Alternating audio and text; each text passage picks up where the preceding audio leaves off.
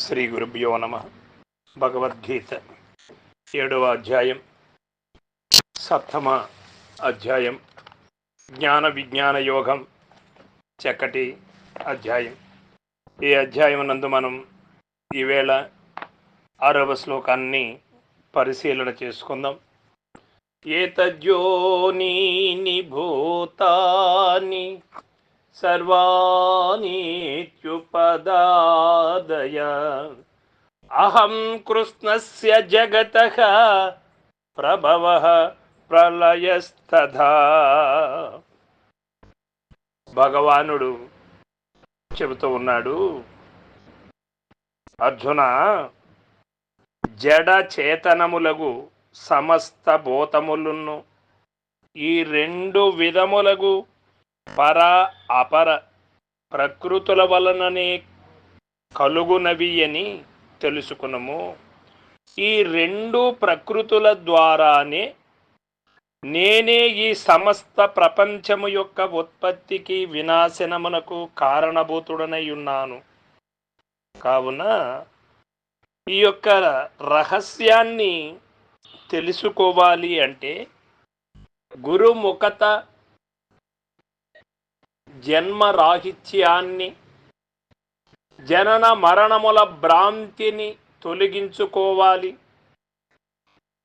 అనే ఒక జిజ్ఞాసత్వం కలిగినటువంటి శిష్యునికి ఇది సునాయాసమైనటువంటి మార్గమే. ఇది ఏమి కష్టమైనటువంటిది కాదు. అట్లు కాకుండా లేని ప్రపంచంలో ఉన్నదాని కోసం ఎతుకుతూ, లేని శరీరముతో ఆనందాన్ని పొందుతూ ఉన్నాము, లేకనే పొందుతున్నాము అనే సత్యాన్ని తెలియక నేను ఉండి అన్నీ చేస్తూ ఉన్నాను, ఈ శరీరముతో సర్వాన్ని నేను అనుభవిస్తూ ఉన్నాను, నేనే సర్వశ్రేష్ఠుడను, నేను ఏమైనా చేయగలను అనే భ్రాంతికి ఎరుకకు లోనై ఉన్న అంతవరకు కూడా నిజమేమిటో తెలియబడదు. సత్య దైవాన్ని తెలుసుకోవాలంటే కష్టమే అనిపిస్తుంది. కానీ నేను లేను, ఈ ప్రపంచము జగత్తు మిథ్య అయినప్పుడు నేను కూడా అందులోనే ఉన్నాను, నేను కూడా మిథ్యనే అయి ఉండాలి. జగత్తు మిథ్య అయి నేను సత్యం అవ్వడానికి వీలు లేదు. ఈ సత్యాన్ని తెలుసుకోవాలి అనే తపనతో ఎవరైతే గురువు దగ్గర చేరతారో వారికి ఈ మార్గం సునాయాసమైనటువంటి మార్గమే. ఇందులో ఎలాంటి అనుమానము లేదు.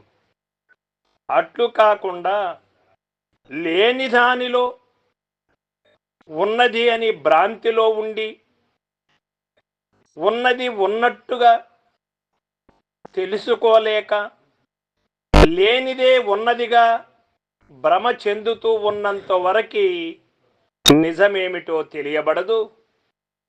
నిజమైనటువంటి ఆ పరిపూర్ణం ఎవ్వరికి కూడా తెలియబడదు. నేను లేకపోతే ఉన్నది పరిపూర్ణమే అనే సత్యము గోచరింపబడాలి అంటే అది నిజంగా గురుమూర్తి వలనే సాధ్యపడుతుంది. కానీ ఇతరమైనటువంటి వారి వలన, ఎవరి వలన కూడా అది సాధ్యపడదు అని మనకు తెలియబడుతూ ఉన్నది. జడచేతన ప్రకృతుల వలన ప్రాణులు సంభవించుతున్నవి.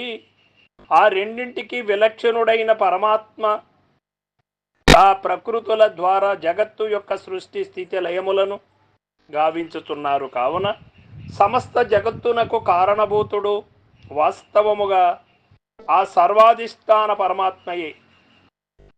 ప్రకృతియును ఉపకరణము ద్వారా వారే సూత్రధారి వలె ఈ జగన్నాటకమంతటిని ఆడించుతున్నారు.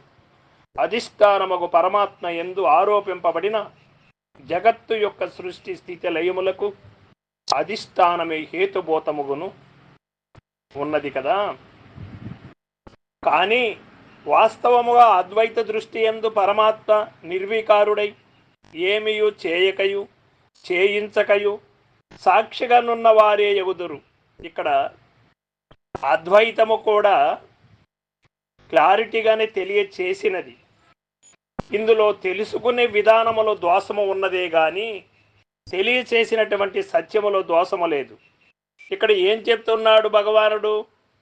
పరమాత్మ నిర్వికారుడై ఏ ఇకారములో లేకుండా పెరుగుట ఇరుగుట తరుగుట అరుగుట కరుగుట లేక ఏమీ చేయక చేయించక ఊరక ఉన్నాడు. సాక్షిగానున్న వారే ఎగుదురు.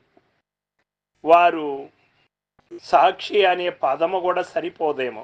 ఎందుచేత అంటే అది చూసితే సాక్షి. పరిపూర్ణము ఎప్పుడు ఎరుకను ఎరగలేదు.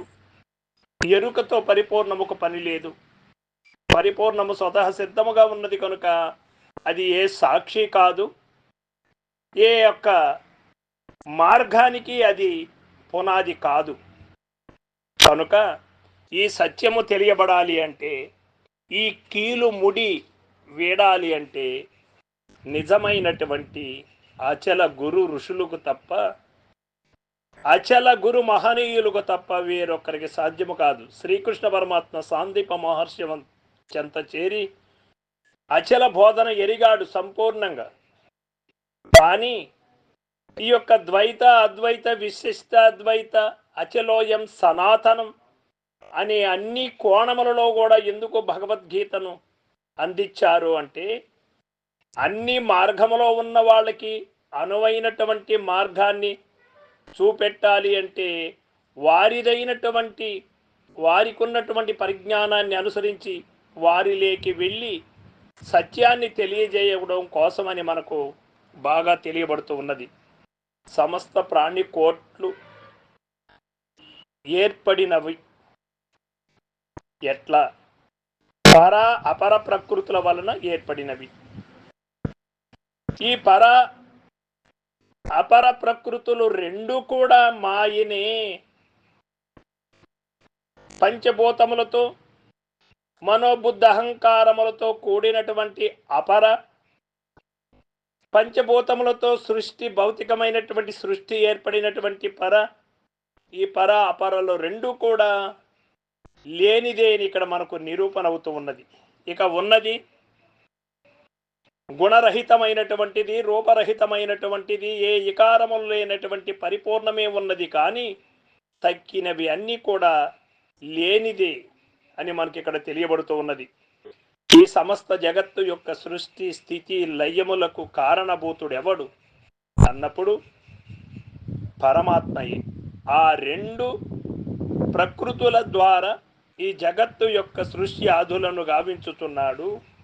పరమాత్మయే ఈ జగత్తునకు హేతుభూతులను ఆధార రూపులను కావున వారే ఎల్లెడలను వ్యాపించి ఉన్నారను సత్యాన్ని కూడా మనకు 7వ శ్లోకం విజ్ఞాన యోగమునందు మనకు భగవానుడు క్షుణ్ణంగా తెలియచేస్తారు. రేపటి రోజున తెలుసుకుందాం. సర్వం సద్గురు పాదార్పణమస్తు. జై గురుదేవ.